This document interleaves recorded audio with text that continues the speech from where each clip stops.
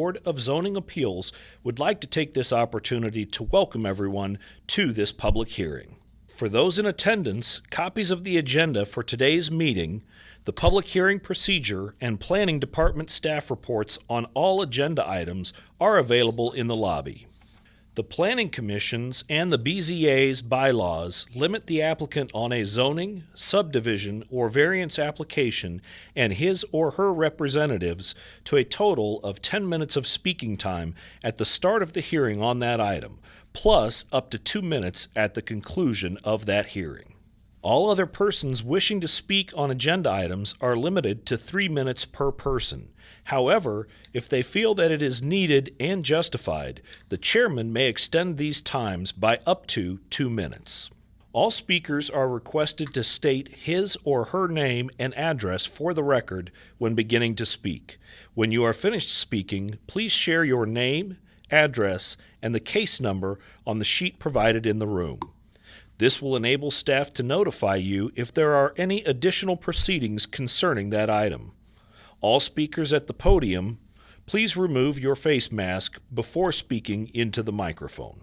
Please note that all written and visual materials you present to the Commission and the Board will be retained by the Secretary as part of the official record. If you are not speaking, but you wish to be notified about future proceedings on a particular case, please provide your contact information to the Planning Department.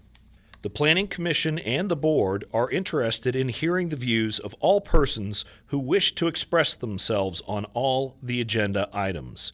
However, we ask that all speakers please be as courteous and concise as possible and avoid long repetitions of facts or opinions which have already been stated.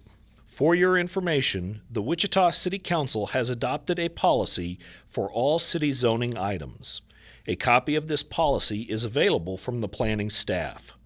The City Council relies on a written record of the Planning Commission hearings and does not conduct its own additional public hearings on these items. The decision of the BZA is final. Any appeal of a decision of the BZA is to the District Court. Thank you. And we'll have roll call. Yes, sir. Bill Johnson. Here. Fox. Here. McKay is absent. Green is absent. Jewell. Here. Blick. Nix. Foster. Here. Warren. Here. Joe Johnson. Here. Miles. Here. Hartman.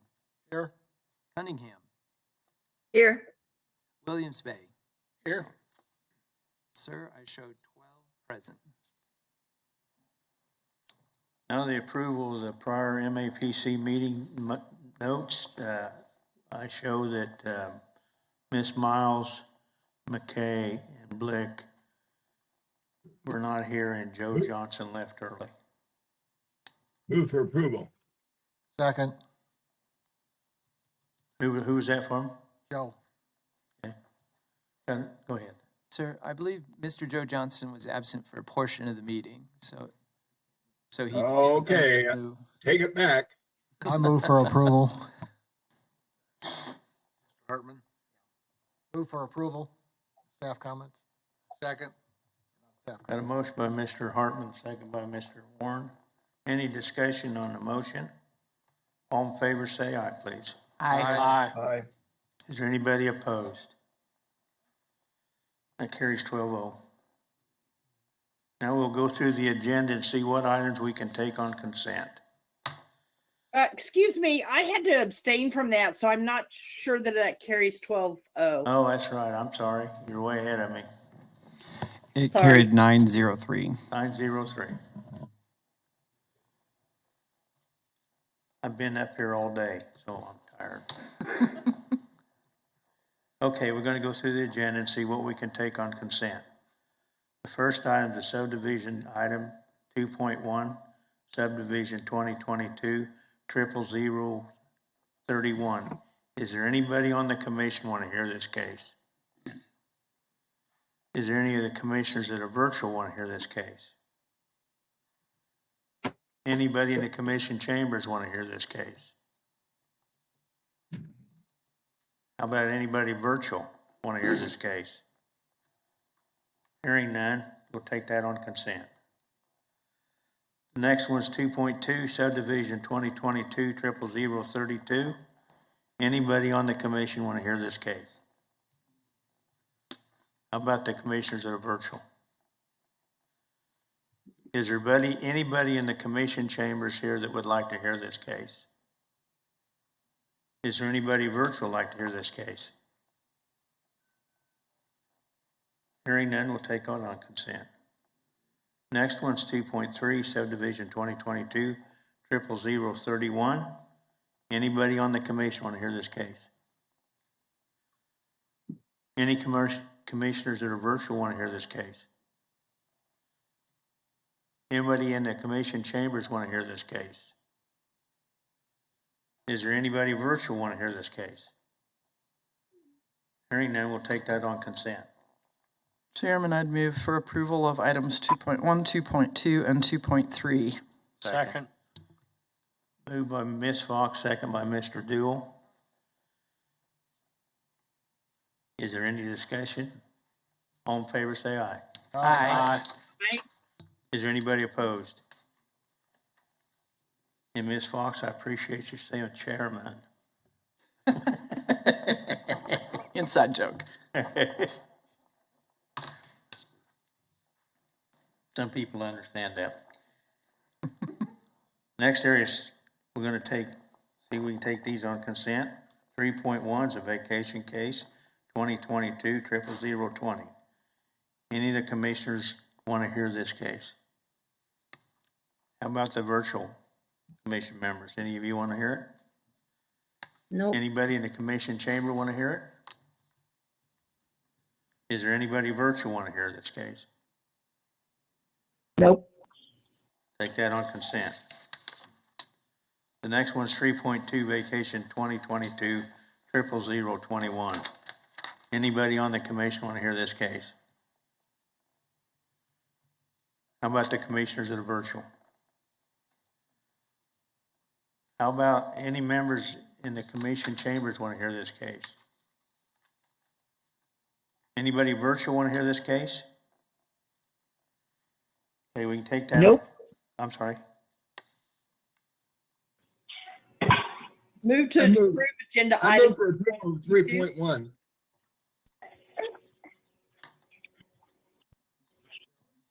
I believe you had two commissioners who are moving for approval of item 3.1. Okay. Now we're I'll on second it then. 3.2. We take that on. We gotta consent. vote on. I need to make a motion for 3.1, and then we need to make another motion on 3.2, because I got to abstain from 3.2. Right, so let's vote on 3.1. Motion by Joe Johnson on 3.1.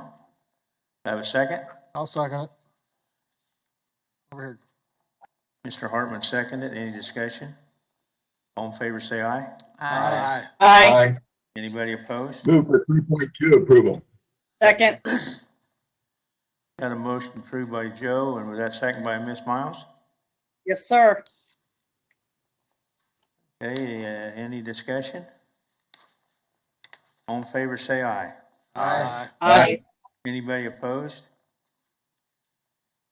And I will abstain from that, so that'll be 11-1 vote, 11-0-1.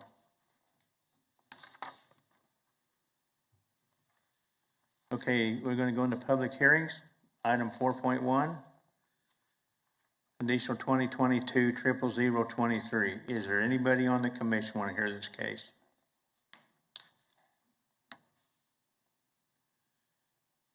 Is there any of the commissioners in the virtual want to hear this case? Is there anybody in the commission chambers want to hear this case? Is there anybody virtual want to hear this case? We'll take that on consent. Mr. Chairman, we do have a staff comment on that one.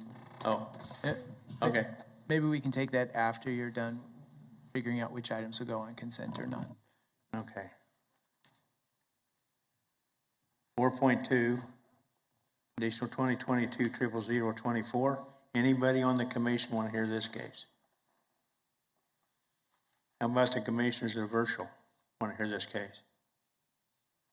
Is there anybody in the commission chambers want to hear this case? Is there anybody virtual want to hear this case? Mr. Chairman, this is Colin Wyndham. I would like to hear that case. Okay. Next item is 4.3, conditional use 2022-00025. Anybody on the commission want to hear this case? How about the commissioners that are virtual? Do you want to hear the case? Anybody in the commission chambers want to hear this case? Is there anybody virtual want to hear this case? Hearing none, we'll take that on consent. Now the CUP 2022-00030. Anybody on the commission want to hear this case? How about the commissioners that are virtual want to? Oh, you want to hear it? Okay, we're going to hear that.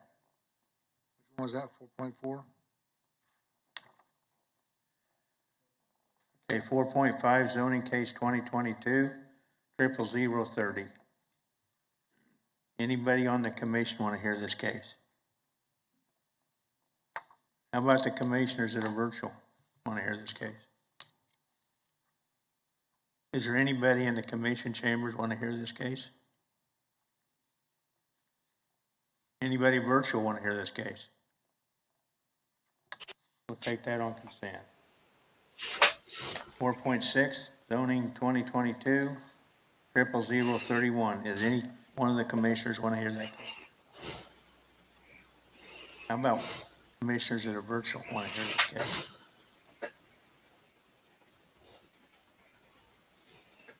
Anybody in the commission chambers want to hear this case? Does anybody virtual want to hear this case? Take that on consent. Zoning case, or next one's 4.7, zoning case 2022-00032. Anybody on the commission want to hear this case?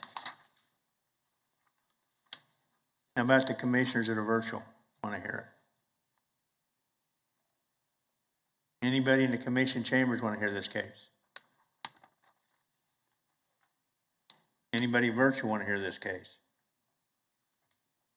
Chairman, I need to abstain from 4.7.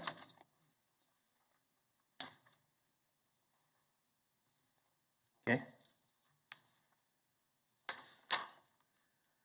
Okay, 4.8 we need to hear because there's a difference of opinion on one of the items. 4.9, zoning case 2022-00034.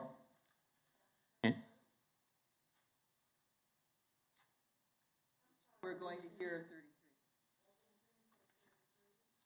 We will hear it.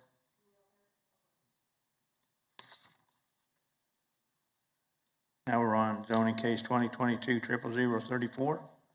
Any of the commissioners want to hear this case? How about the commissioners that are virtual? Anybody in the commission chambers want to hear this case? Is there anybody virtual want to hear this case?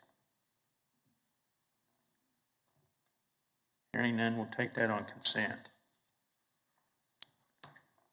Chairman, I move that we approve agenda items 4.1, 4.3, 4.5, 4.6, 4.7, and 4.9.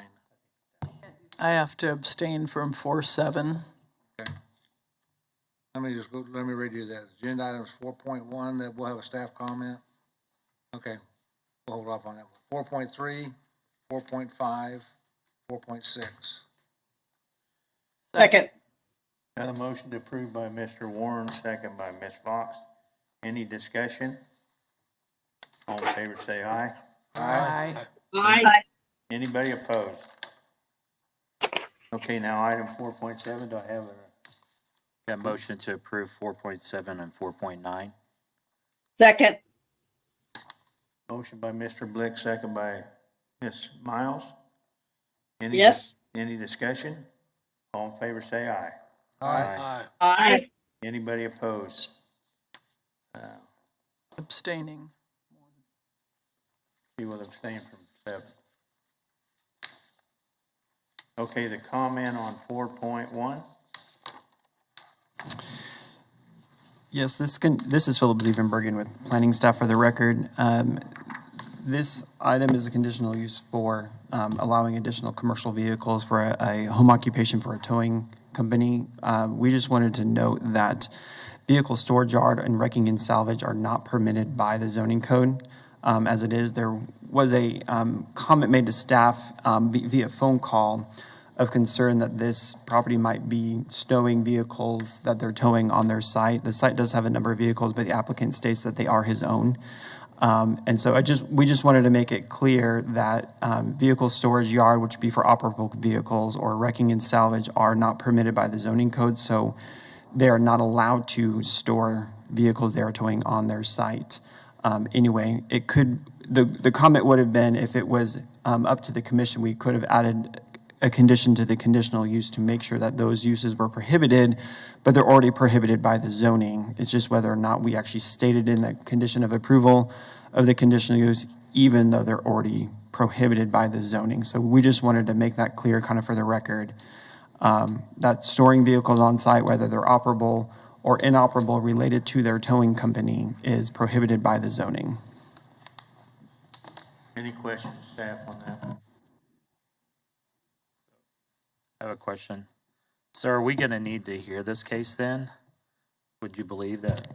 Because you say that there's vehicles being stored on there, but then might be a conflict with the applicant on this. Do we need to hear the applicant? In conversation with the applicant, he said that they are his. And so any storage of vehicle on the site that are his, their presence there or their legal status of being there is not related to the conditional use. Okay.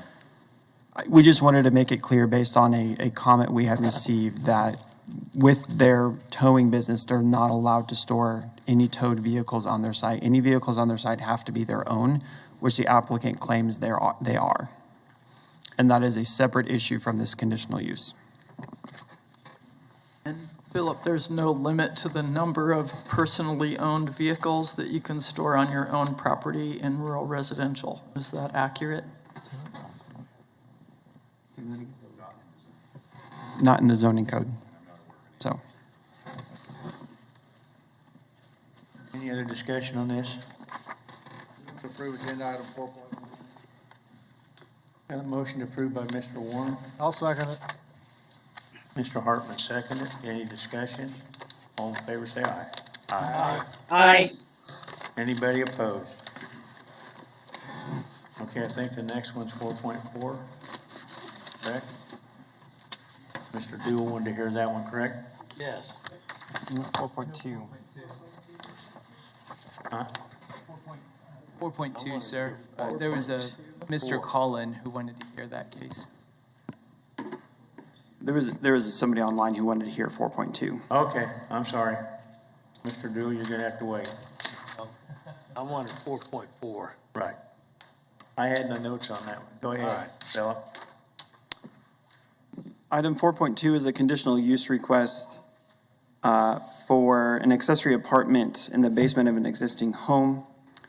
The property is zoned single-family residential, and it is located at 325 South Belmont Street. The home was originally built in 1922. The accessory apartment will be part of the existing structure. It is not in a detached structure. There are code differences based on the Metropolitan Area Building and Construction Department regarding separation of what constitutes an accessory apartment within an existing building versus being a detached building.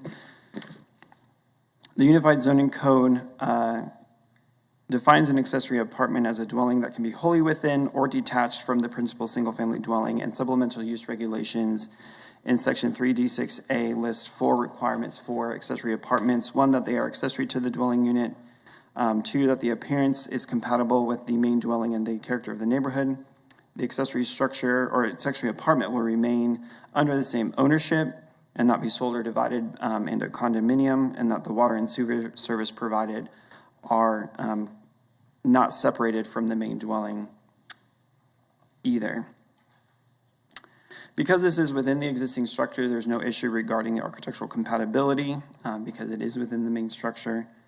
Properties surrounding this location on the north and west are single-family residential with single-family homes.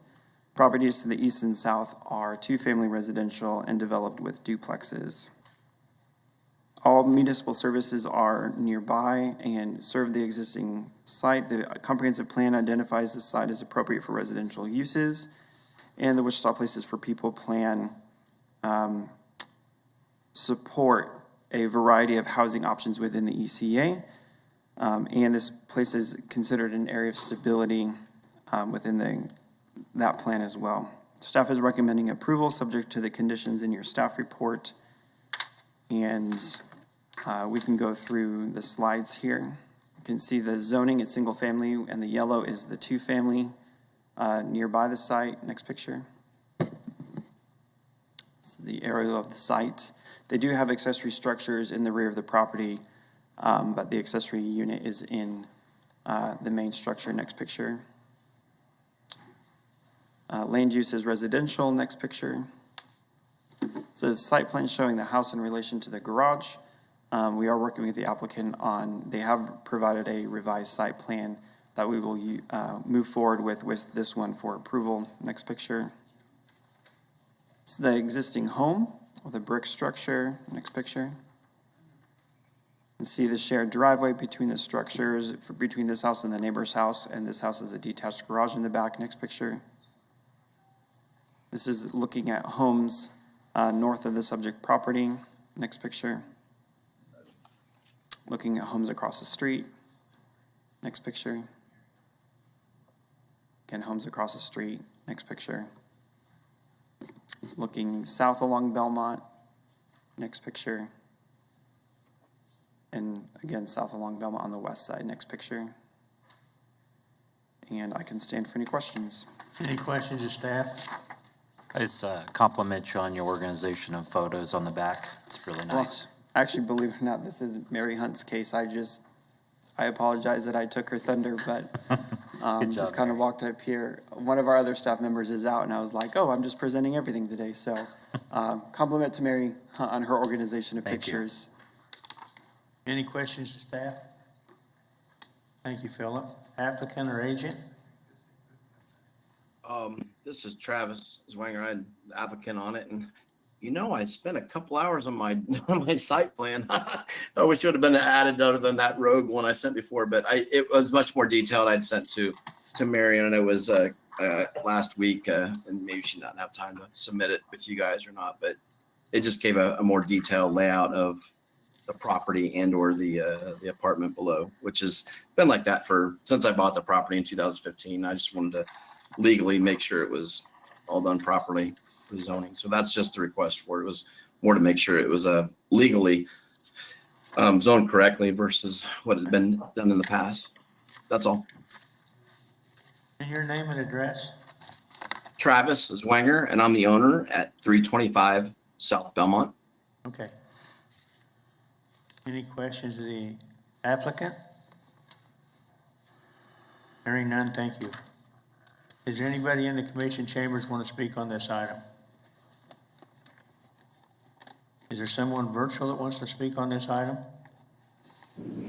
This is Colin Wyndham. I am the owner at 327 South Belmont, the property next door. I originally asked for this to be heard because I wanted to make sure I understood the scope of the project. Thank you for taking the time. I have no concerns. I'm sorry to take your time. Thank you. Not a problem. Is there anybody else virtual want to speak on this item? If not, I'm going to bring back to commission. What's the pleasure of the board? Make a motion to approve with staff's recommendations. Second. Motion by Mr. Blick, second by Mr. John William Bay. Any discussion? All in favor, say aye. Aye. Anybody opposed? Okay, the next one's 4.4, CUP 2022-00030.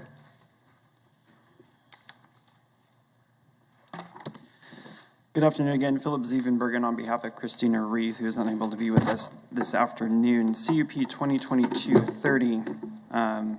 The applicant is requesting a minor CUP amendment to DP 12, which is the Kellogg Mall Community Unit Plan for Town East Mall. The applicant is requesting to expand the number of uses such as tavern and drinking establishment, entertainment establishment, and event center, all of which could be considered nightclub in the city because they could provide alcohol and a form of entertainment. This is for 2 restaurants on parcels 13 and 14 of the mall, which you can see in the black outline is on the very north side of the mall complex, directly abutting East Douglas. The addresses of those are 7607 and 7703 East Douglas. If the property was not within a community unit plan, the request for these within 200 feet of residential zoning would have required a conditional use, so the community unit plan amendment is in lieu of the conditional use. In addition to, the community unit plan did not list these as permitted uses on these parcels. The current listed uses for parcel 13 is just restaurant, and parcel 14 is regional shopping center, offices, restaurants, theater, and others per the limited commercial zoning code. Limited commercial zoning district. Because this would be considered a conditional use, that does not allow these uses within parcel 14 because those listed under limited commercial are assumed to be those by right.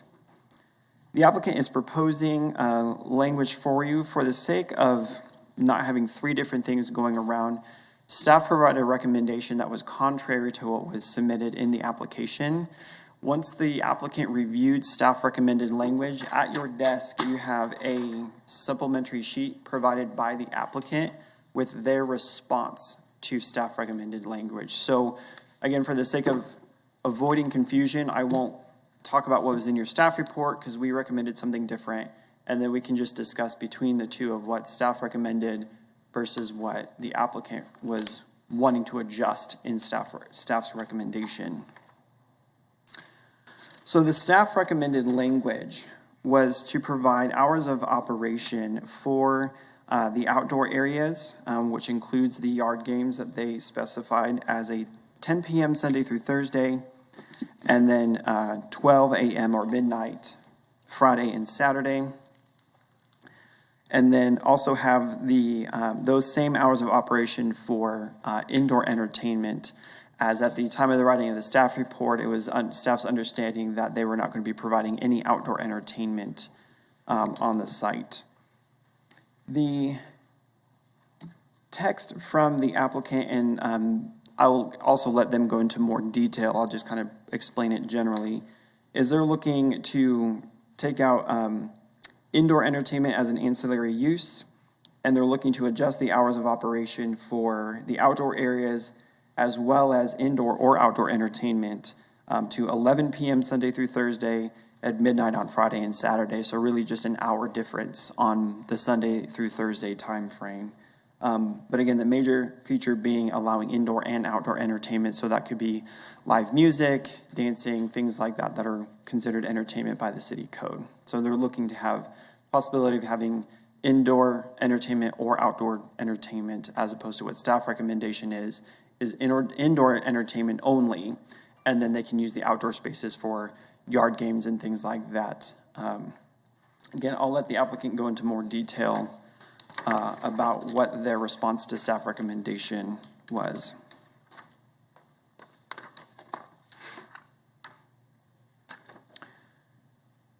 The properties surrounding this, as you can see on the map in front of you, is everything in the red, which is limited commercial, is within the community unit plan for the mall. And then you have the single-family residential uses to the north. If we go to the aerial image, Paul, there you go. You can see along Douglas, there's a row of trees which are actually required by the community unit plan as a landscape buffer to be maintained as just a rule of complying with the community unit plan. So those trees always have to remain in some form or fashion or be replaced if they go. But they do have a presence there, and they are required to be maintained. This restaurant here is Doma. It's a relatively new restaurant to occupy this space. They have, as you'll see in the pictures, a paved patio area kind of on the east and south side of the building. At least with that particular parcel, that is an intention for using the outdoor space for kind of yard game type things, as well as potential for entertainment purposes as well. The comprehensive plan identifies the area as new employment. The locational guidelines of the community unit plan encourage infill development that maximize public investment with existing or planned infrastructure services. The land use compatibility say that major commercial development should be buffered from residential development. The CUP requires a landscape buffer along Douglas, as I mentioned, which acts as a buffer in addition to the street right-of-way itself, and those residences have a screening wall on the south side of their property that the developer decided to place on their properties, knowing they're going to be built right next to the mall. So there are barriers between these restaurants and the backyards of the residences across the street. We find that this is in conformance with the Wichita Places for People plan. Strategy number 3 says improve the economic feasibility for commercial services and for the markets necessary to support them.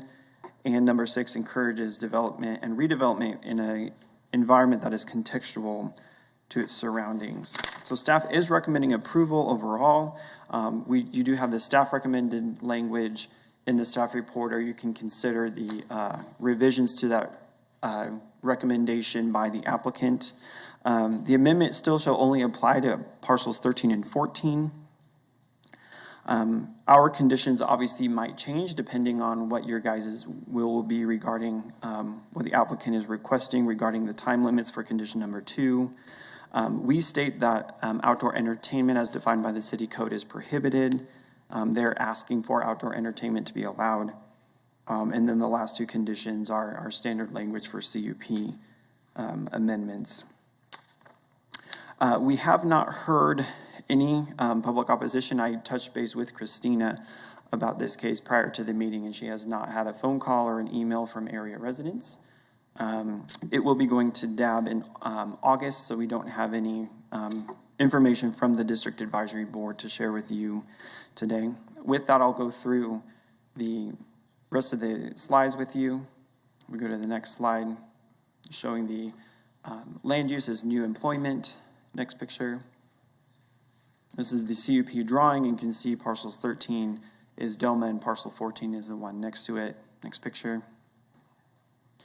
This is on parcel 13. This is the newly opened DOMA restaurant. You can see they've made significant improvements to the building from what was there. Next picture. This is the west side of the DOMA restaurant. Next picture. This is that enclosed patio area of DOMA on the east side of the restaurant. Next picture. This is looking south at the back side of DOMA. So even with the enclosed space, they have a fence enclosing that patio area from the outside. So it's not just open to the north facing the residences. Next picture. This is looking at the other restaurant on parcel 14. Next picture. Another side of the building. Next picture. You can go to the next picture. And the next picture, please. This is looking to the north. You can see there's a wall right here along Douglas. You can see the existing vegetation along the street right-of-way. Next picture. And again, from parcel 13, you see the existing trees that are there, East Douglas right-of-way, and you can see the wall that's lining the backyards of the residential properties to the north. Next picture. This is looking east along the mall property. Next picture. South towards the mall. Next picture. And to the west, the expansive unused parking spaces to the west on the mall property. And with that, I can stand for any questions you might have for staff. Any questions, Mr. Bill? I was a little confused about who the applicant was and what it covered. The report shows 2 LLCs as the applicants, and there's 2 buildings there. One of them is currently an open business, the other one is closed. So is this one of these applicants own one business and the other applicant owns the other, and they just combine their application here? I'm a little unclear on that. My understanding is that the parcels are independently owned and the applicants came together to submit one amendment to apply to both parcels. Any other questions? No. Applicant or agent?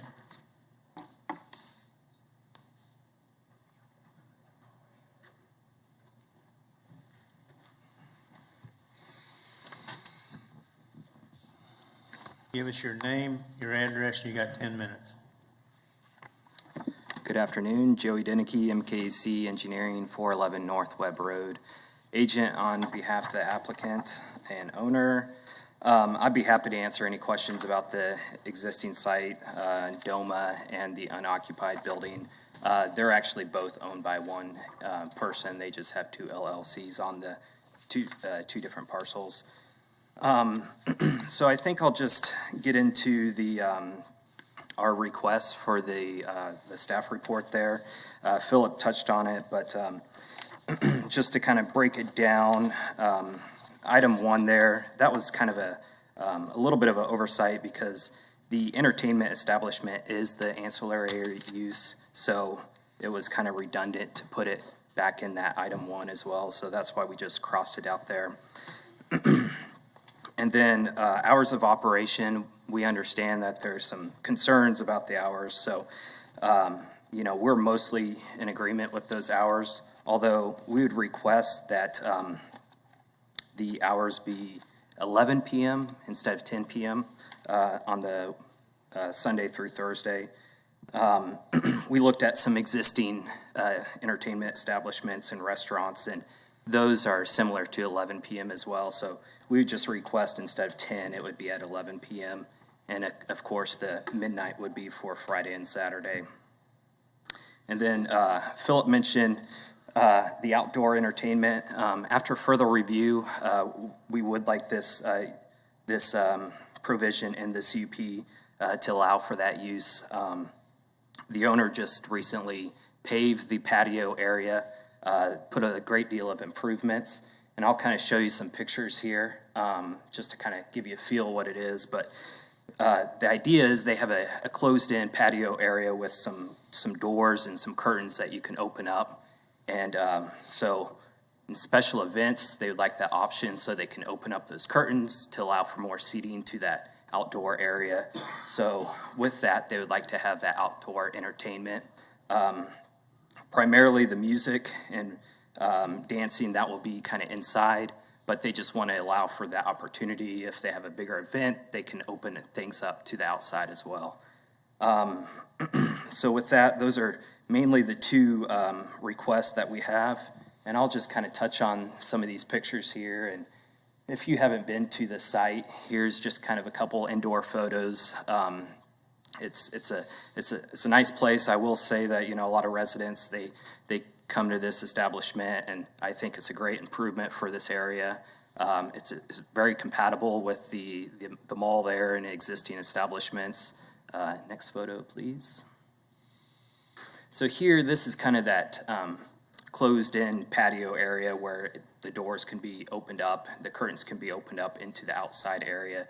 So just to give you an idea, the music is primarily going to be in this area here, but they want to, a nicer day, they want to be able to open those curtains up for the outside area. So next photo. So this is kind of the outside patio area. So like I said, it's been paved here with concrete here recently, but it kind of gives you an idea. You can kind of see where they would open it up, where those curtains are. So, additional seating can be kind of on the outside there. Next photo. So this is kind of, Philip mentioned this, but this is looking kind of into the patio there. You can see the fully concreted area, just showing that, it's properly screened from the outside area.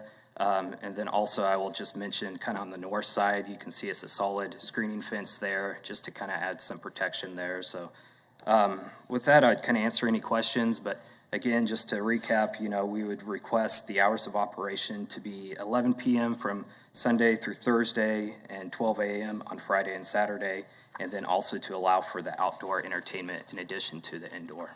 Mr. Hartman?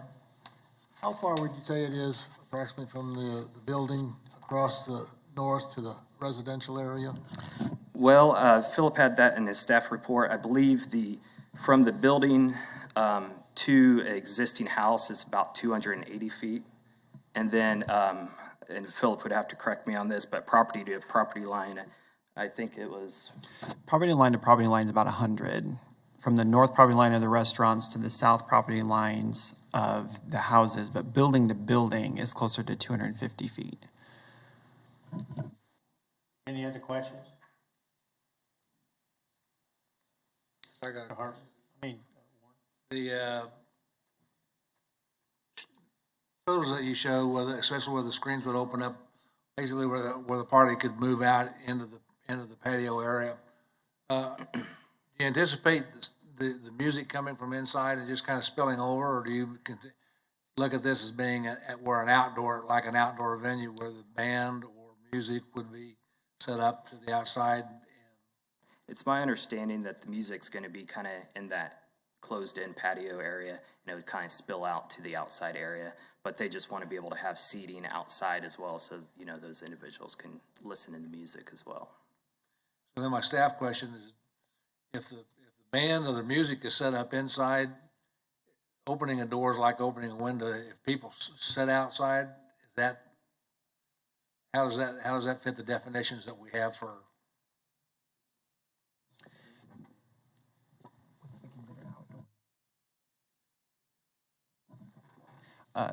J.R. Cox, zoning administrator, is telling me that it would still just be considered entertainment. In a sense, if you're opening it out to the outside, there's not necessarily, it kind of grays the line of indoor and outdoor entertainment. It's also my understanding if there's any kind of dancing taking place outside, that's considered that outdoor Yes. entertainment. I dance here.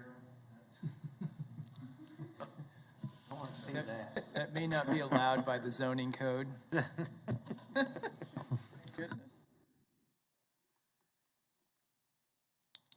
any other questions? Any other questions? Thank you, sir. Oh, So the band will not be outside, it will be inside. That's my understanding. Primarily, it's going to be kind of inside that closed-in patio where the doors are at. Yep. So that would comply with the conditions that the staff has added to this, correct?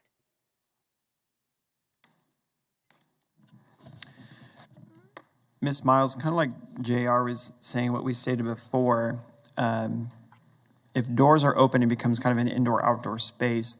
It kind of grays the line of indoor entertainment and outdoor entertainment because it is being just provided on site. Again, if, you know, people started getting up and dancing outside, then it's entertainment. So it's probably best if the board is looking at being okay with the doors and stuff being open to permitting outdoor entertainment as well, just to not gray those lines and not have any confusion for enforcement. Keeping in mind when it comes... I agree, because I think even if you open the doors, you can't control how loud that music or how much that music, once those doors are open, are going to affect the people that are right behind them in their residences. Correct. And just as a reminder, the city does have a noise ordinance. So number one, there'd be an hours of operation that the entertainment would have to shut down. But in addition, during the hours of entertainment, if it's allowed, the city does have a noise ordinance that the entertainment, the music would have to comply to. Philip, do you know what that is? The ordinance says? It's a certain decibel level, and it's based on times of day. So like 8 to 10 p.m. is a certain decibel level, and then from 10 p.m. to 8 p.m. the decibel level drops. I don't remember what the decibel level is. I think it's like 60 or 80 during the day and drops down to like 60 overnight or something. I don't remember. I don't have it off the top of my head. I think Scott's looking it up as we speak.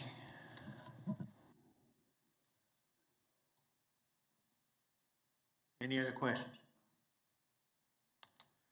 Thank you, sir. Thank you. Is there anybody here in the commission chambers want to speak on this item? Is there anybody virtual want to speak on this item? Hearing none, I'll bring it back to commission. What's the pleasure of the board? I make a motion to approve with the additional staff comments from 11 p.m. from Sunday to Thursday, 12 a.m. from Friday to Saturday, and then allow the entertainment in the patio.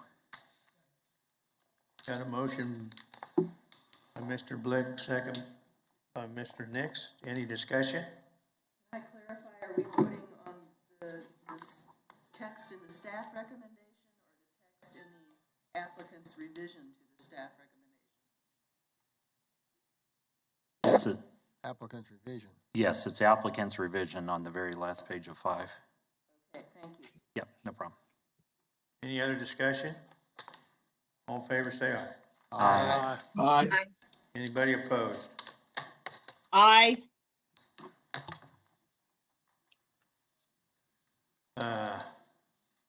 Do we need to do a roll call?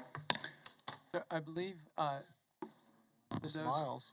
who were opposed, were not in favor of it was Ms. Miles. Just Ms. Miles? That's Okay. correct. 11-1 then. Next item, 4.8. Zoning case 2022-00033. This zone change request is in unincorporated Sedgwick County.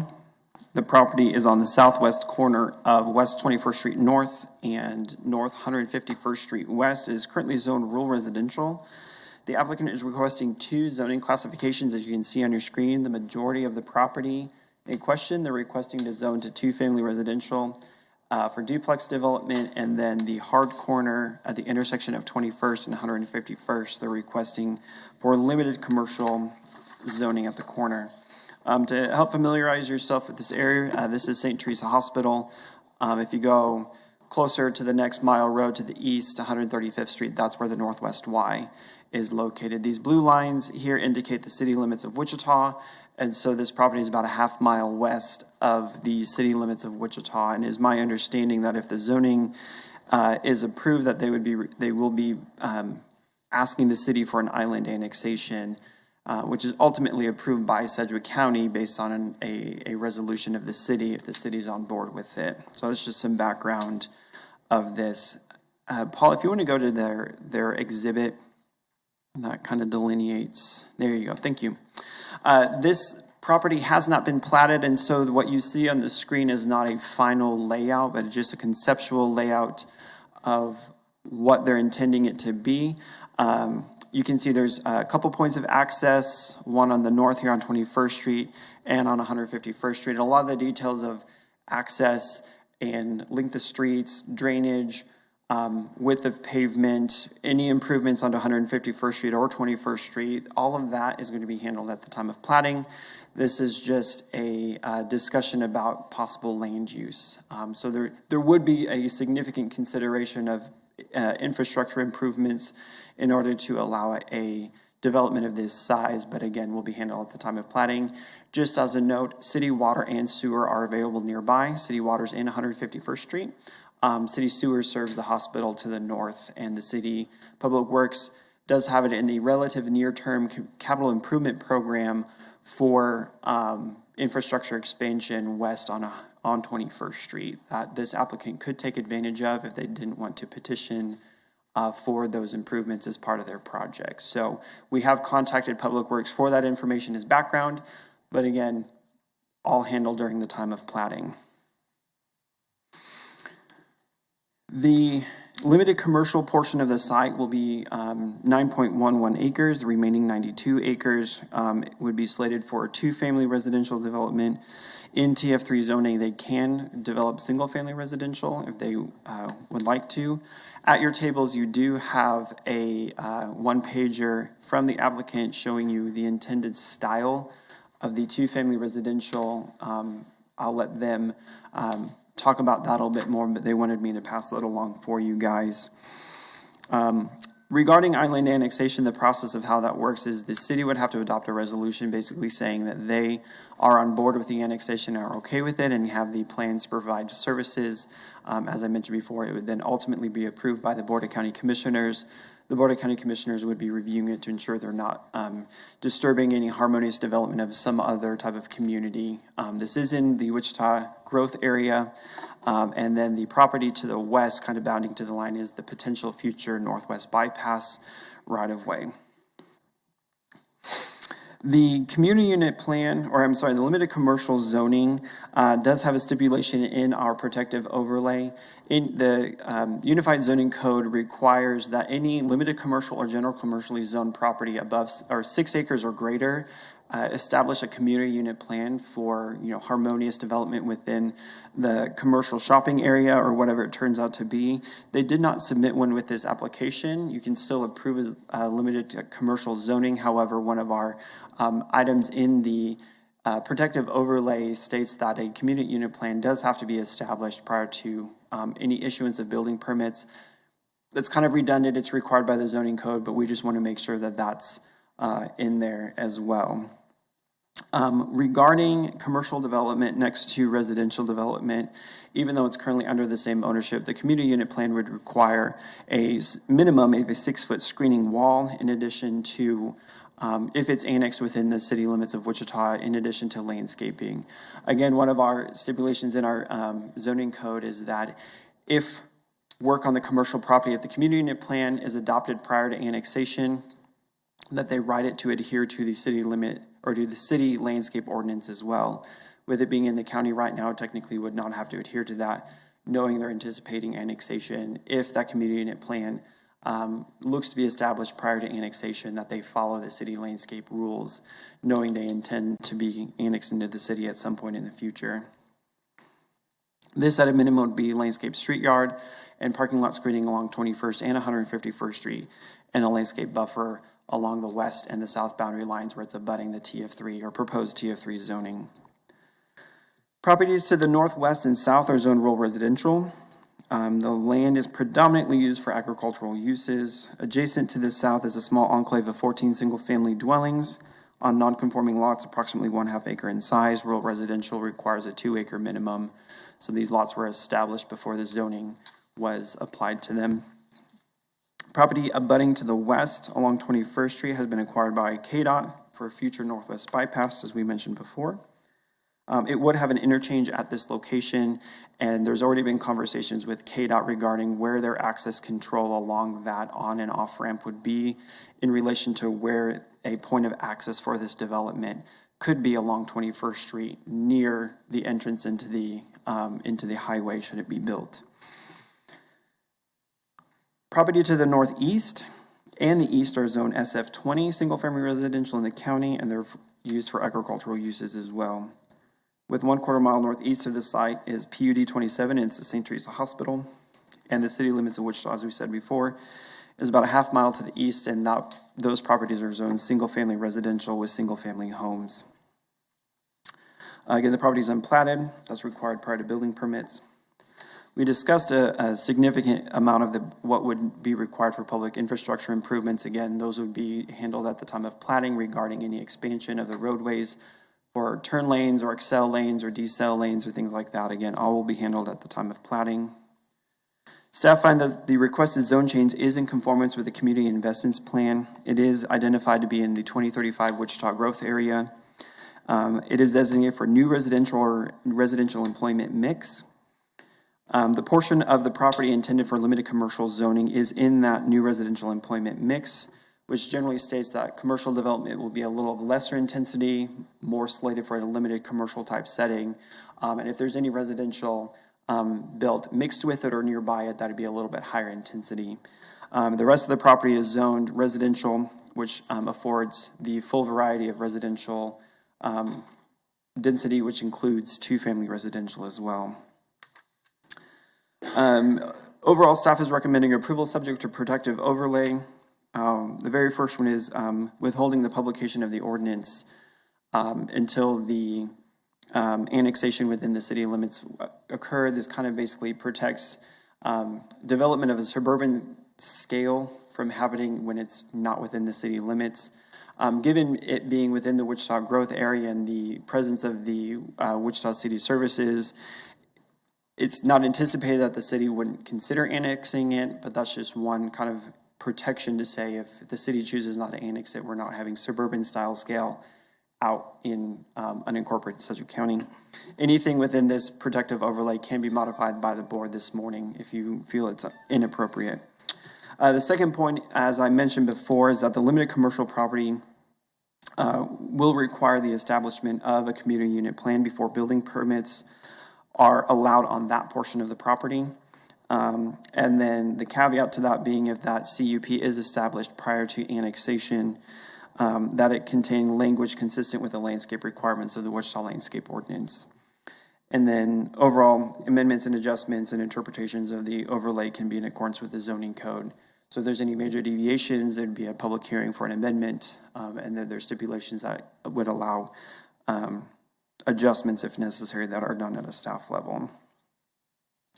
Findings for our recommendation: the property is zoned rural residential and supports single-family residential development with a minimum lot size of 2 acres. Potentially it's up to 5 acres depending on the type of on-site sewer that they have. Extent to which the removal of the restrictions will detrimentally affect nearby properties. This zone change will increase development intensity in the area and add a large number of new residents and remove agricultural land from production. Suburban scale residential and commercial development of this scale is approximately 1/2 mile to the east. So it's not necessarily too far outside of the city at this point. It's just a matter of, is it appropriate to make that leap and allow this level of development instead of letting it grow more organically as the city limits grow. The nearest development of this intensity west of 151st Street is 2.5 miles south with a Pike addition at West Maple and 167th. So this level of intensity within the city limits of Wichita is west of 151st Street, but is down at Maple Street as well. So when you think of the city limits of Wichita, they kind of taper up to the north as you go farther north, and they go farther west as you get closer to Kellogg.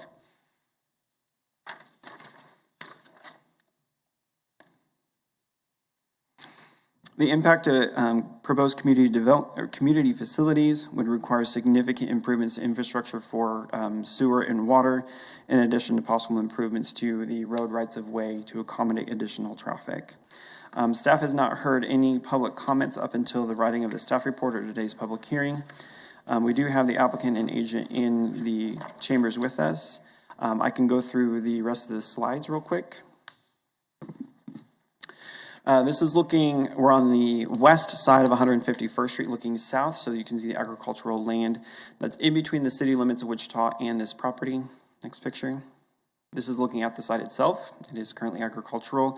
These trees here are the north side of this kind of 14 lot enclave of homes. Next picture. This is looking on the west side of the property. There's an existing farmstead there that's under the ownership of the applicant. Next picture. I believe they are in contract to purchase it, if I'm correct. This is, again, looking at some existing development on the site. Next picture. This is on 101st Street looking west at some of the homes that are currently existing south of the property. Next picture. This is north of 21st Street looking at the agricultural land to the north. Next picture. This is looking kind of to the northwest, looking at St. Teresa Hospital.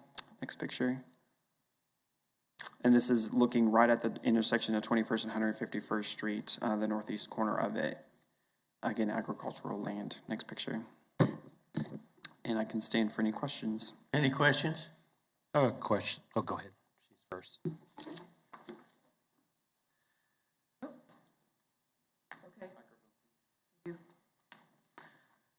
I am fine with the zoning aspect of this, but I just want to clarify, we are just voting on the zone change today.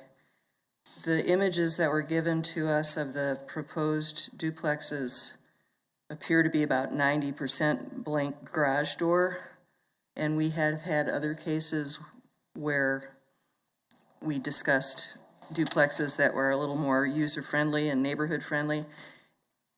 Will we get a chance to have some input on this aspect of this development when we do or see the CUP, or I guess the platting wouldn't really apply, but I guess I just want clarification that we're just talking zoning change today. Is that correct? That is correct. We are just talking about the zone change today. When it comes to the aesthetics of the duplex, that will not be a consideration of the community unit plan unless they include the entire property within the community unit plan. The community unit plan is only required for the commercial property and not for the entire site. Those properties that we have suggested some architectural guidelines to it have been within the established central area within the city of Wichita and not outside of that. This is well outside the established central area, and we historically have not provided architectural suggestions for duplex development in this area.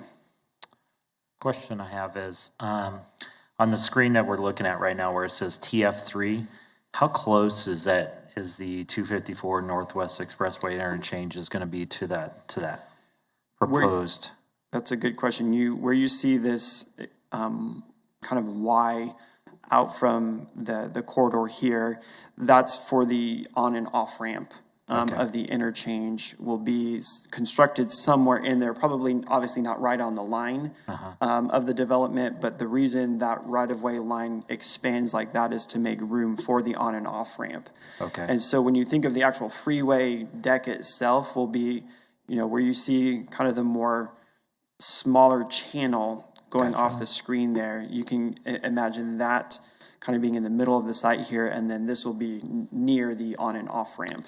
Gotcha. So that would be more of the off ramp, it looks like, where The the top off of ramp the from northbound to Yes. eastbound 21st Street, Yep, yes. correct. Okay, that's what I was wondering. So it looks like proposed, it's going to be probably the off street is probably going to at least be a couple 100 feet away from a property line anyways. Likely, yes. Okay, great, thank you. Any other questions, staff? I have one. Go ahead. Is that a dry creek running diagonally through there? I just noticed it goes to the red line on the west and then just stops. Yeah, I am not, when I was out there taking pictures, I did not see any standing water in any type of canal, so it might be like you said, a dry creek that may have water in it during rain events. Again, regarding drainage or floodplain or things like that, those issues will be handled at the time of platting. Even in the exhibit that they provided, when I get there on they do have kind of the center of the site bounding that creek, understanding there's likely some floodplain on the site that they have to manage. And so even their concept doesn't necessarily go over that creek. They kind of leave that creek alone. Okay. Any other questions, staff? Hearing none, applicant or agent, please. Give us your name and address. You got 10 minutes.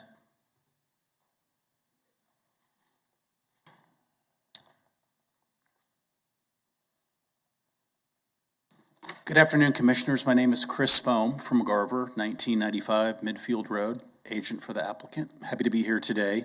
I'm happy to be here because this is a exciting expansion of the city of Wichita at the end of the day. This spot is very well suited for ultimately becoming part of Wichita and being zoned as we request because of the new Northwest Expressway. That right-of-way that Philip mentioned is purchased. I know that facility isn't imminent, but it is on the KDOT's master plan for consideration. This reinforces that with growth beginning to actually develop along that corridor.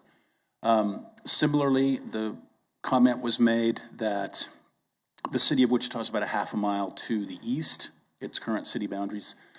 There's a pretty substantial floodplain between that line and 151st, so this is kind of a natural, kind of the next open piece of ground contiguous to that could be developed. To reinforce that whole idea, St. Teresa, there is a sizable sanitary sewer main that comes down through the St. Teresa property and terminates near their south property line. That is the sewer main that will come up. The master plan for City of Wichita for sewer is to serve this basin with that sewer. So we've already checked with Public Works on that. Again, the comment was made that water was available at the intersection as it stands right now. A couple of other things. The photo you saw is just representative of one of the many different home products that the developer would anticipate putting into that community. The TF3 allows for two-family and single-family. The market will kind of dictate where that goes. We're perfectly fine with the staff conditions. It makes perfect sense to have a PO for a conditional or a CUP for the commercial site. Again, with the horizon of the Northwest Expressway, it just makes sense to wait and see how that will form over time to make sure that's developed in concert with it. With that, I'd stand for any questions that you have. Any questions, the agent? I guess not. Thank you. Is there anyone else here in the chamber who'd like to speak on this item? Please come forward. Give us your name and address, and you got 3 minutes.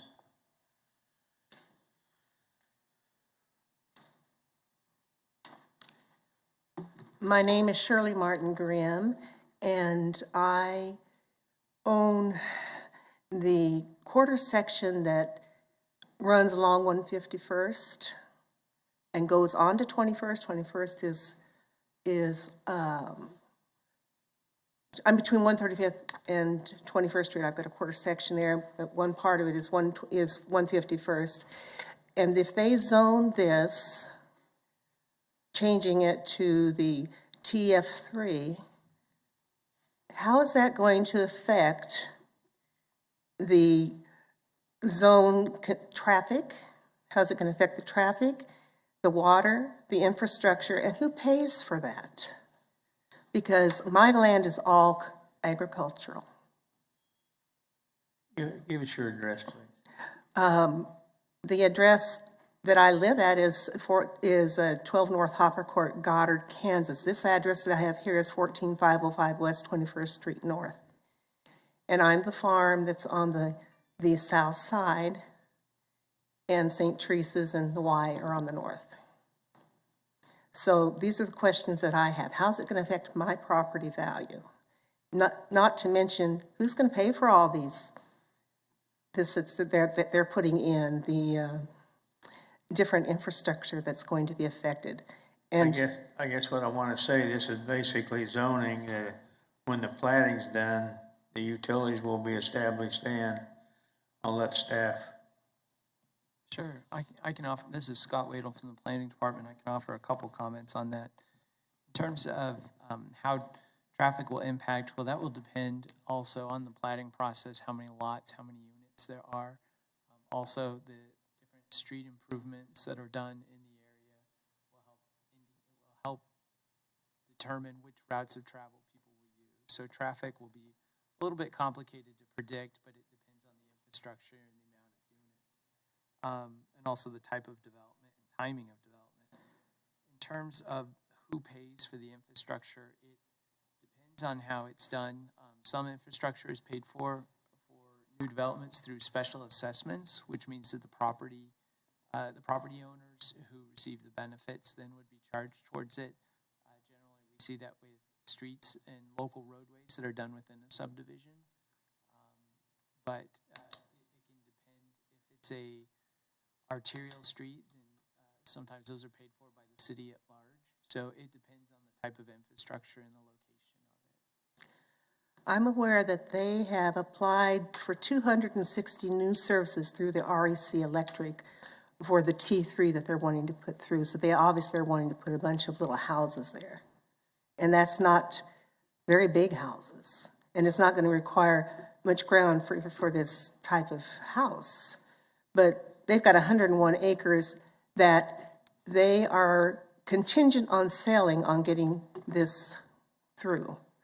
They were offered $24,000 an acre for these 101 acres, contingent on changing the zoning there. And there's a number of people that live in the housing that's just south of them on 151st that are not happy with this either. However, we're kind of at your mercy what happens. Anything else? But thank you. Any questions for the speaker? Is there anybody else in the chamber who want to speak on this item? Is there anybody virtual want to speak on this item? Anybody virtual? Hearing none, the applicant's got 2 minutes of rebuttal.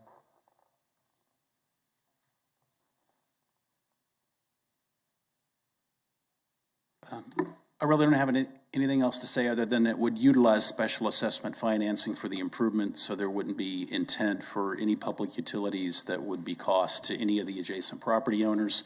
They're actually thinking of advancing the sanitary sewer main without the benefit of the City of Wichita main extension fee, because there's not a budget for it, so that's a cost they would bear on their own to get this project moving forward. Then again, I'll just reiterate the point. This is a natural progression for Wichita. It will abut the future Northwest Expressway. It's just a good fit as the city grows, and ultimately, with the development of the Northwest Bypass, that whole ring will fill in over time. I'd stand for any other questions, and thank you. Yes, sir. At this point in time, you have not decided whether it's going to be duplexes or single family, is that correct? The developers will trust the market to move forward with the development. Thank you, sir. Thank you.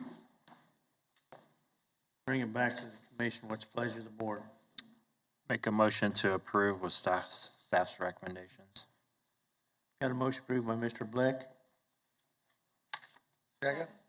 second by Mr. Warren. Any discussion? All in favor, say aye. Aye. Aye. Aye. Anybody opposed? Carries 12-0. That ends our public hearing. Now we're going to go into non-public hearings items.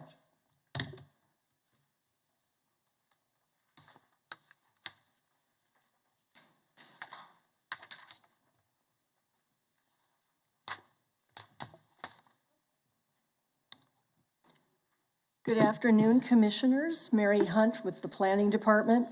Today we have the first of what will be 2 presentations on the Capital Improvements Program. This month, we will hear from Sedgwick County Public Works Department as they present infrastructure investment recommendations for the upcoming 5-year period, years 2023 to 2027.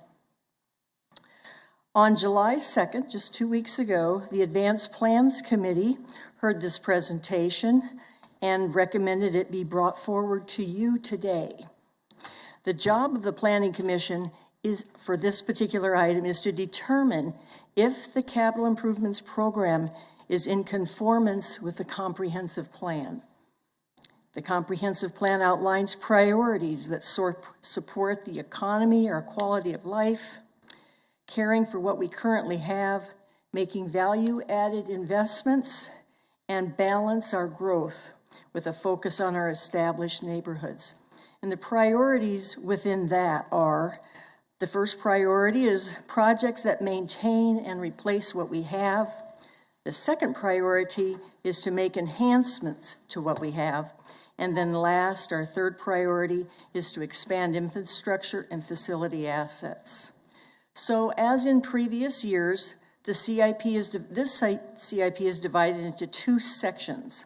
The first part covers facilities, and that'll be presented by Facilities Director Andrew Diltz, followed by Road and Bridge Projects, and that's presented by Assistant Director of Public Works Lynn Packer. Staff has reviewed this, and we recommend the Planning Commission make a finding that the Sedgwick County CIP conforms with the comprehensive plan as is required by Kansas law. Any questions from anyone on what I've said? Seeing none? All right, we'll ask Mr. Diltz to come up and begin the presentation. All right.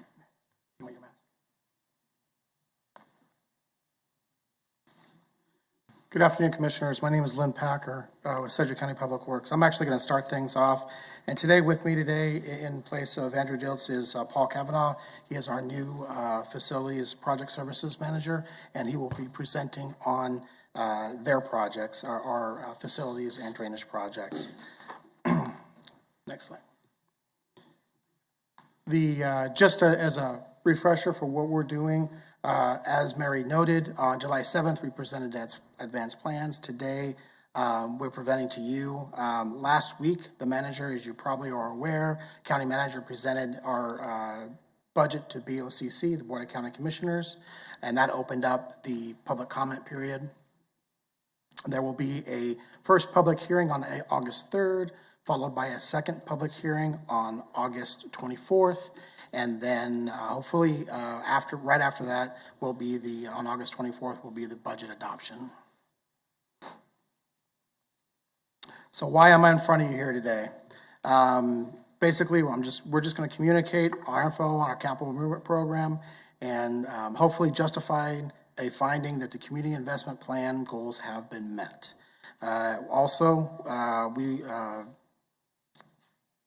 We want to receive a determination from you that this all conforms to the local comprehensive plan. Next slide. I believe Mary covered this, but the current comprehensive plan is the 2015-2035 plan. It was adopted on January 20th, 2016 by the Board of County Commissioners. That is the precipice of why we are here today, to get that finding from you so we can move forward on August 24th with adoption of the overall budget, which includes the CIP. Right now, I'm going to hand this over to Paul. He's going to talk to you about the facilities and drainage projects, and then I'll come up and finish up with talk about our roads and bridges.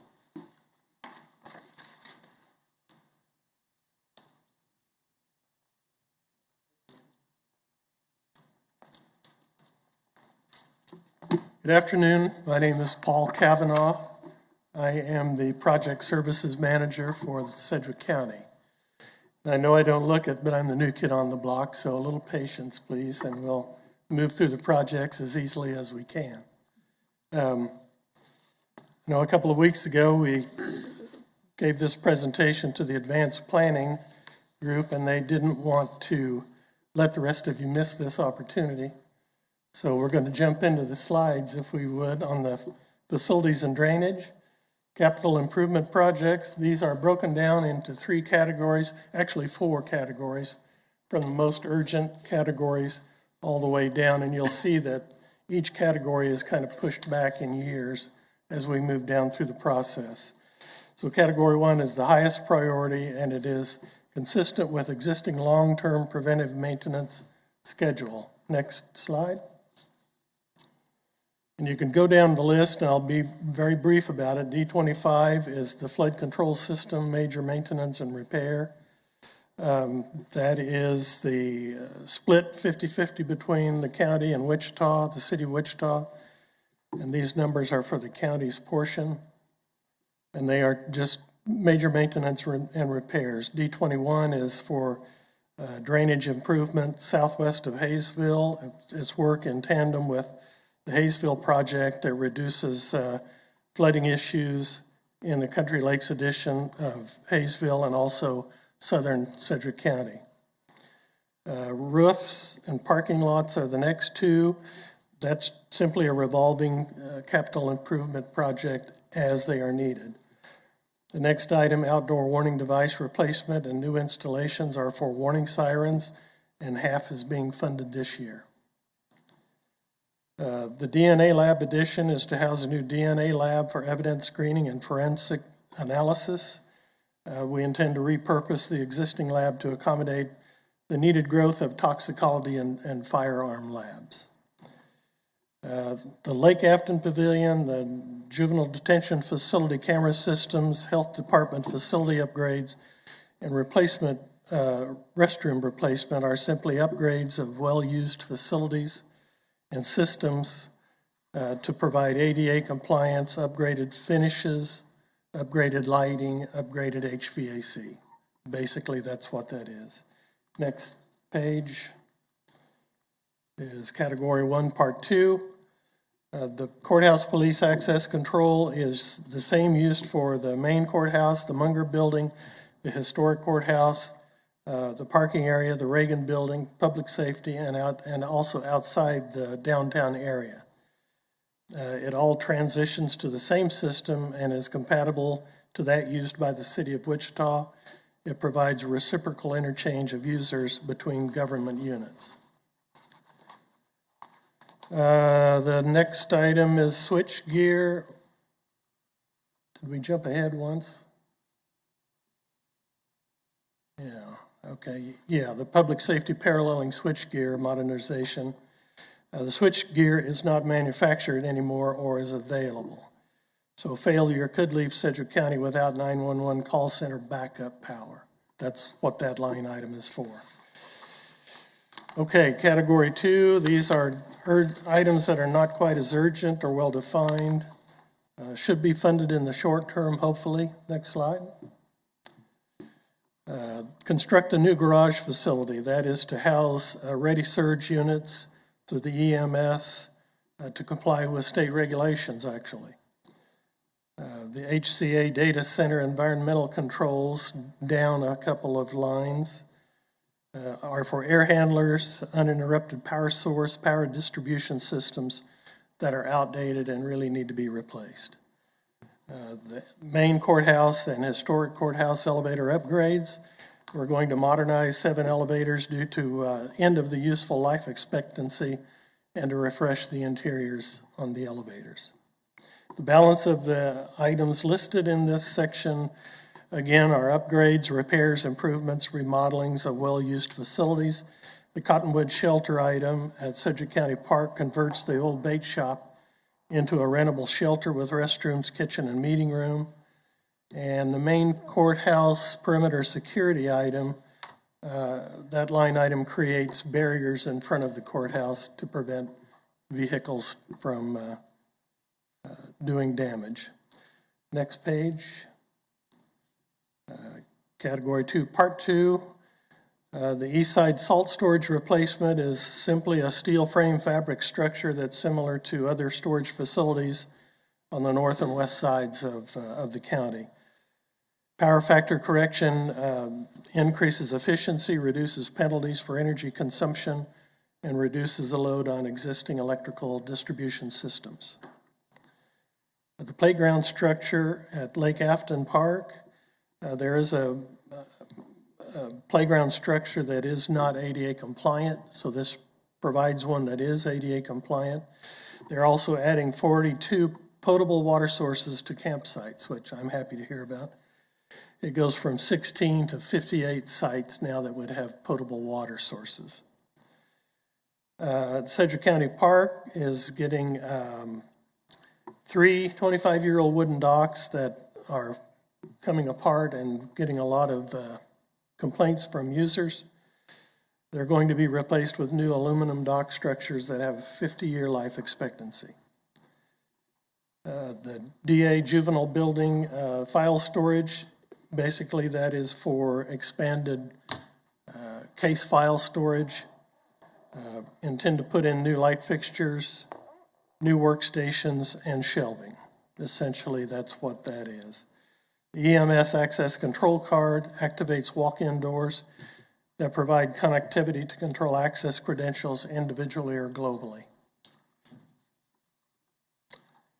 And on to category 3, which is on the horizon, but it has a lower sense of urgency. You can flip on to the next slide.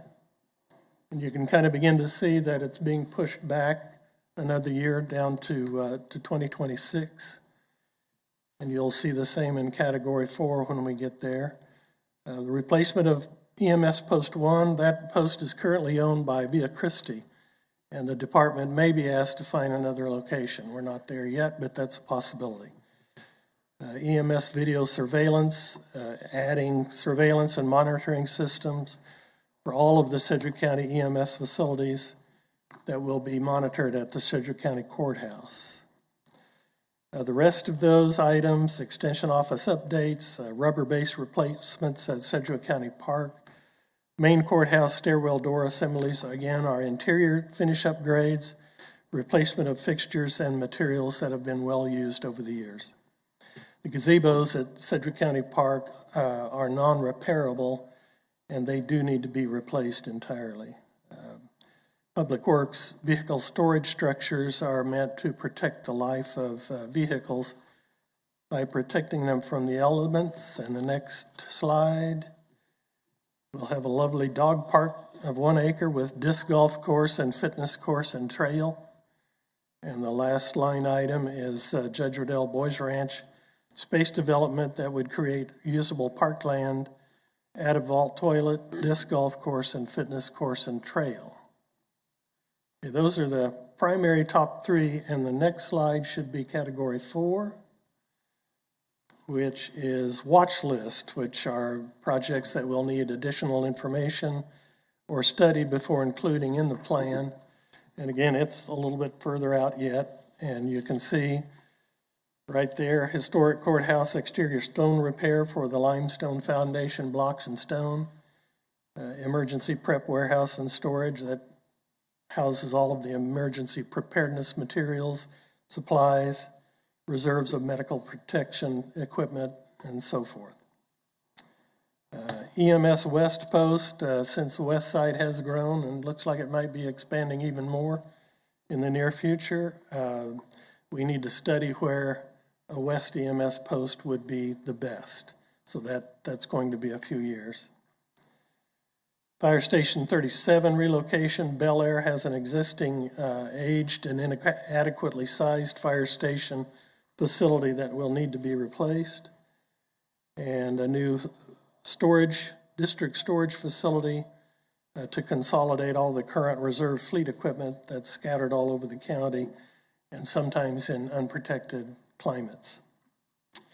And the next slide, I think, are the total of monies by project type, and also the next slide is by funding source. I hope that's been entertaining for you as much as it has been for me. I'm glad to be a part of the county, and any questions? Just one, Paul, the category 1, you had the roof replacements on a number of county buildings. Does the county self-insure everything or a lot of their stuff? I know in my neighborhood, there's a lot of roofs being replaced when that storm that came through and hit Andover, the tornado. There was a lot of hail damage around that. Yeah, you know, we haven't received anything on that, Commissioner, but we're looking for that to happen. We haven't received anything yet on county facilities. But you do have insurance on a number of. Oh, yes. Oh, yes. Any other questions? I got a question.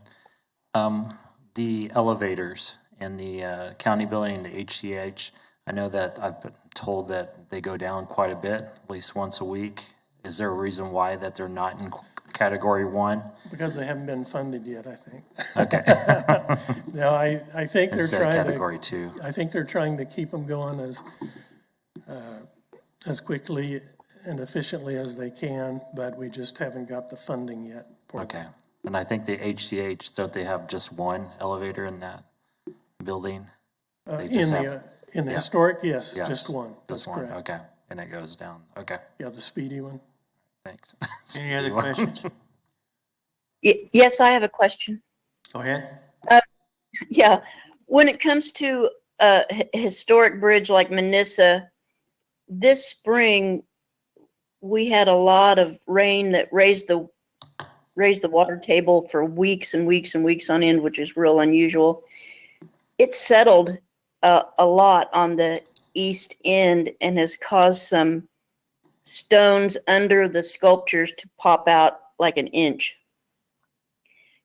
What's category is the historic and possibly urgent.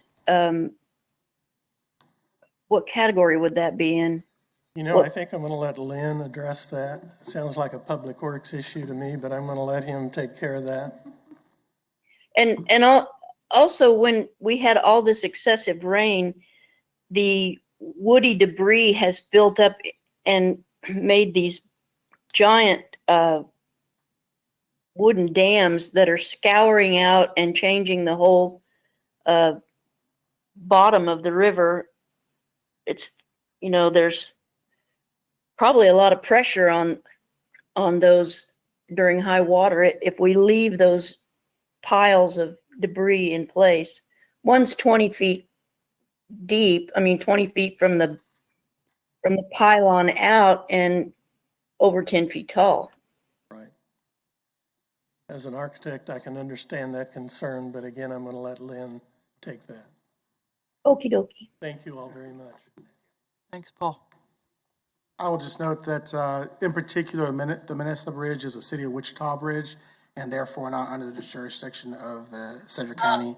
However, I will note, in general, both for the city of Wichita and the county, situations like that occur typically, I guess I should say, typically situations like that occur because of storm damage end up being a maintenance item. For example, the debris that is now downstream causing some erosion would be something that either the stormwater or the flood control department would go in on an as-needed basis and get those cleaned up. They monitor those banks quite often. As far as the around the artwork and the statues, and that would be, again, a maintenance issue, but it would be handled by the city of Wichita. Okay. Thank you.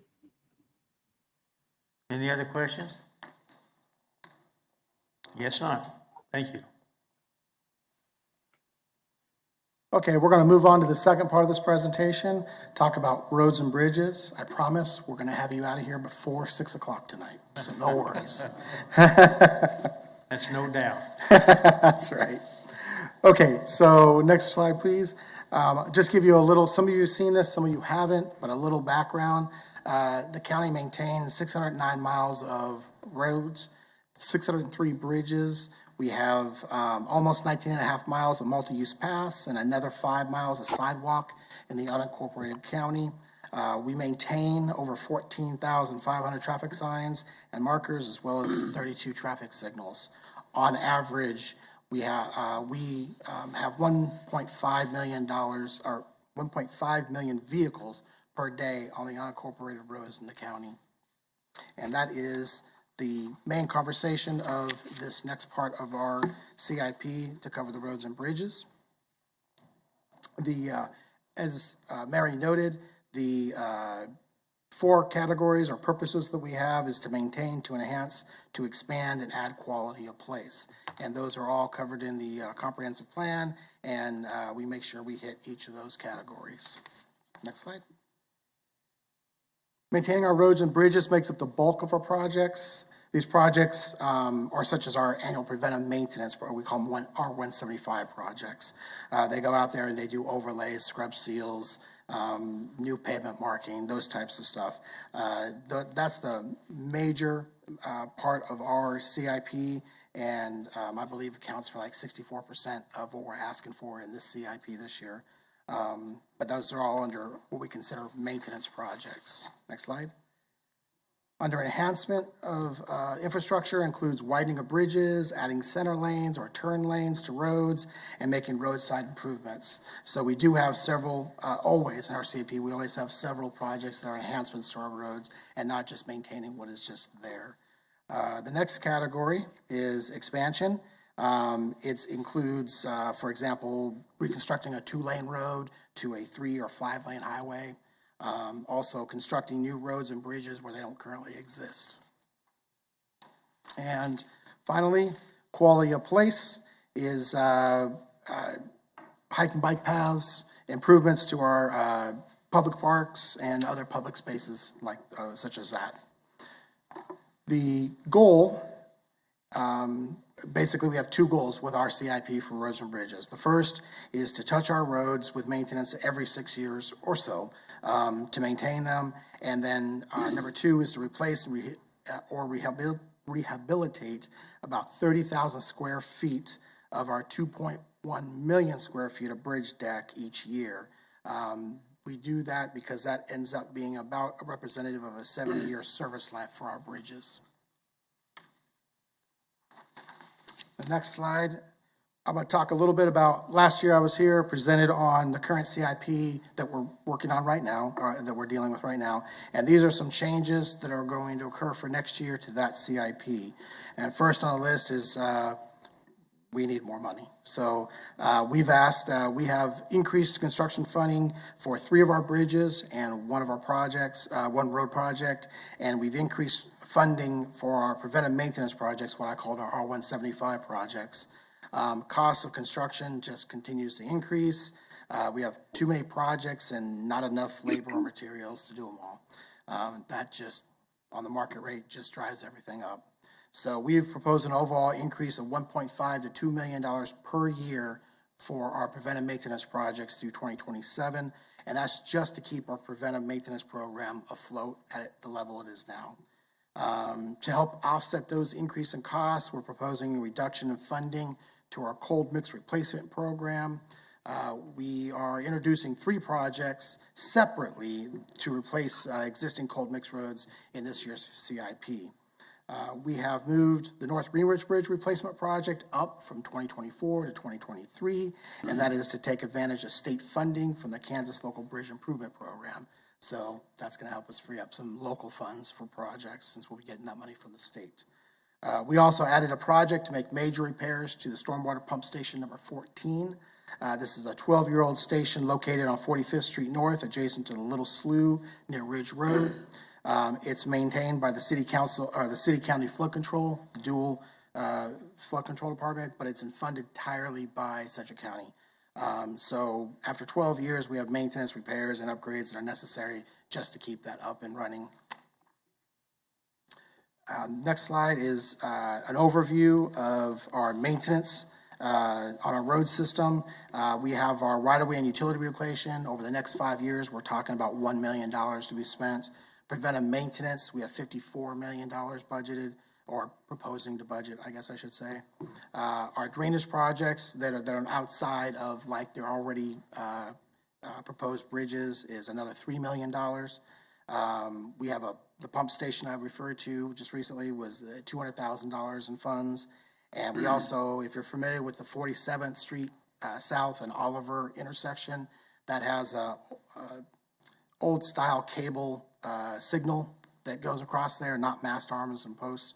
And that is going to be replaced and upgraded through that system. On the next slide, we're going to talk about our bridge system. We are basically proposing 2 rehabilitation projects that will be constructed in 2023 and 2025. It's a total spend of about $2.9 million, but it's a significant savings over replacement. The goal is to get 20 plus years of life out of each of those additional life out of each of those structures. We've programmed 22 bridge replacements in the CIP at a cost of about $22 million over the next 5 years. A new CIP project dedicated to bridge maintenance was introduced last year. This is taking care of our bridges. Bridges have components that last anywhere from 10 to 20 years, all the way up to 50, 60 years. So if we don't take care of those short components, like expansion joints, timely, we just overall shorten the life of the bridge. So we're going to have a project where every other year we're going to go in and make those types of repairs. And we have bumped that up to start in 2024 instead of the original date of 2025. And in our CIP that we're proposing for the next 5 years, we have a total of 25 bridge projects, total of 24 bridge projects that we will be rehabbing or reconstructing. The next slide talks about our road enhancements. I think you guys are all aware, you've probably been out and been part of it. The North Junction gold phases are under construction. 235, K96, 135. We have programmed approximately $2.2 million in 23 and $3.3 million in 24 to cover the county's portion of those improvements. Project R348 is basically a bike path on 130, that's R348 is a half-mile stretch of 135th Street North, north of 53rd, that's going to serve the increased truck traffic for the Maze Industrial Park. That is currently a gravel road, and it has just a 2-lane road on 53rd Street. So the intersection will be added with turn lanes, and the gravel portion of the road will be paved. And that's scheduled to be constructed in 2025. Our last 2 projects on that list in front of you is R353 and R354. They're both on Ridge Road from 53rd on to north up to 85th, and they cover improvements to make needed safety improvements by adding shoulders and softer ditch slopes throughout that area. That gets a lot of traffic out there. Continue on the next slide for road enhancement projects. We have R356 and R357, and that's going to be over at Element ICM over there by Colwich. That's going to construct an extra half-mile of paved road on 61st Street North, which is currently gravel, and we're going to repave 151st up to K96, from 53rd up to K96. That traffic right now is becoming heavily truck traffic, getting as much as 300 trucks a day, 250 in, 150 out a day. And some of them are using the gravel road to get access because it's the closest route for them. Local farmers are delivering grain to the Element, and we're needing to make improvements in that area to handle that improved traffic. Another project that will improve safety in our community is the Calfskin Creek Watershed Flood Mitigation Project. Long name, but basically it is a proposed project with the city of Wichita where we've submitted a BRIC application for federal funding for $40 million that will help reduce flooding along the Calfskin Creek in western Sedgwick County and northwest Wichita. We ourselves, Sedgwick County, has allocated $5 million to the project in 2025 for our match of the local required match if we get that application awarded. Overall, we're proposing 5 new road reconstruction projects in this CIP that will replace the cold mix and thin asphalt roads, add shoulders, and improve roadside ditches. On the next slide, we're talking about the expansion of our road system, and I think this has been talked about enough over the years, but the main project under that is the Northwest, what we're now calling the Northwest Expressway, and it is a combination local KDOT, Sedgwick County project that's right now in the phase of acquiring right-of-way. There's a protective overlay, and we're getting funds together to purchase right-of-way. They've purchased almost $30 million in right-of-way to date, and they still have additional right-of-way that is necessary. KDOT has agreed, they agreed this last year, I presented this last year, they agreed to increase their funding up for dollar with Sedgwick County up to $1 million per year to fund that right-of-way funds. So if we put in $1 million, they'll put in $1 million. If we put in $500,000, they'll put in $500,000. And we have right now tentatively in our budget, we have dedicated $1 million per year. So at the end of the CIP, we'll have an additional $10 million of funds. And I should probably also note that the cities of Mays and Goddard have agreed to reimburse the county $5,000 each through 2025 for participation in the local funds. And we do expect that they will renew that agreement in 26 and 27. And lastly, our quality of place. This is what I started to say earlier, our 358, not 348, 358, a multi-use pathway project that's going to be along Maple from 183rd, where it connects to Goddard, over to a Wichita subdivision that will also come down 167th to the Eisenhower School Complex, where Goddard Schools has their middle school, elementary school, and high school for Eisenhower. The majority of these funds are for construction come through WAMPO, and we're looking at construction that's currently just started design, and we're looking at construction in 2025 for that. So the next slide is our 5-year summary, just kind of what I've quickly, and I realize I did cover that quickly, kind of talking about overall. We're talking about a total county expenditure of $129 million.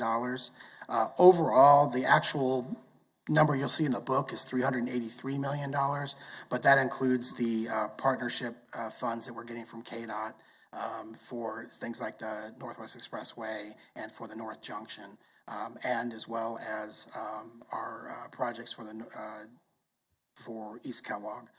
So when you look at our project or our projects for local funded portion of it, it's about 129 million, and that's about average for what we run in our CIP for roads and bridges. 64% of the funds support maintenance, 27% enhances the road infrastructure, 8% supports expansion, and just over 1.2% for quality of place. The next slide shows kind of the pie chart of how this is all cut out by dollar amount. So everything I've talked about comes to a total of about $59 million for road maintenance over the next 5 years and $26 million for bridge maintenance. We have additional $36 million for enhancements to the infrastructure, $10 million for expansion of the Northwest Expressway, which is the right-of-way preservation that I talked about, and then $1.7 million for the quality of place, and that's the additional sidewalk and bike path for Maple Street that connects Goddard and Wichita. Our next, wrapping up now, this is the reason why we are in front of you. The first goal of the transportation within the Community Investments Plan is to, and I quote, preserve and maintain a safe, cost-effective, and reliable transportation system that strategically supports the economic growth, vitality, and quality of life aspirations of our community. It's a mouthful. I blame Scott for that one. Next slide. There we go. You're there. We feel that the goal has been met with the proposed CIP that will preserve and enhance the county infrastructure that is already considered to be in good condition. We have $84 million is proposed to be spent on the existing roads and bridges over the next 5 years. And that's, as I noted before, 64% of the total requested funds for roads and bridges. The next goal number 2, is a little easier. It is the Community Investments Plan. Goal number 2 is to improve and increase the movement of goods, people, and information with a better connectivity and mobility options in our community. Again, I didn't write those. I'll go back to Scott again. The goal number 2 we feel has been met because the CIP will invest in the Maple Street bike path and the long-range planning of the Northwest Expressway. The proposed bike path will connect paths in Goddard and Wichita, and the Northwest Expressway would create a new route simplifying connections between eastern and western Central County. And my last slide, or second to last slide, is, again, why I'm here. I'm requesting that MAPC find that the proposed 23-27 capital improvement program to be in conformance with the Community Investments Plan. Before you guys take action on that requested item, Paul and I will stand for any questions that you might have. Any questions? Any questions?